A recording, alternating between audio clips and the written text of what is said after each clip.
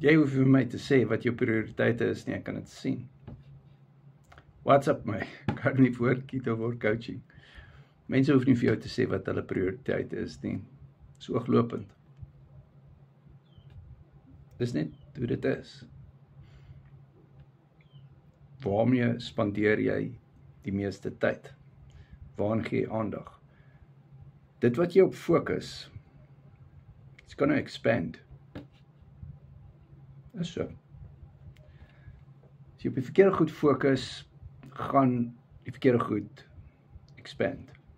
Het gaan meer word.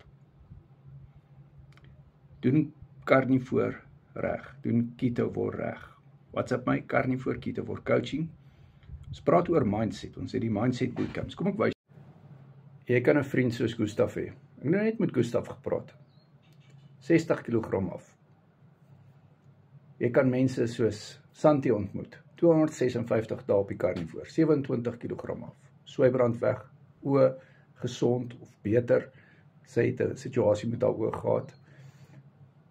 Hoofpyne weg, naarheid weg, hoë bloeddruk weg, tipe 2 diabetes weg, medikasie gestop, samewerking met haar dokter.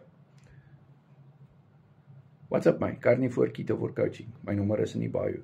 Die bootcamps is op Google Meet, ons doen Sondag die longe bootcamp, jy wil dit nie misloop nie, as jy iemand ken wat met die longe sukkel, Carnivore is die antwoord. Ons het baie coaching vriende al, wat vir ons sê, hulle asma het verbeter, as gevolg van die Carnivore, as gevolg van die feit dat hulle insulienweerstandigheid wegvat.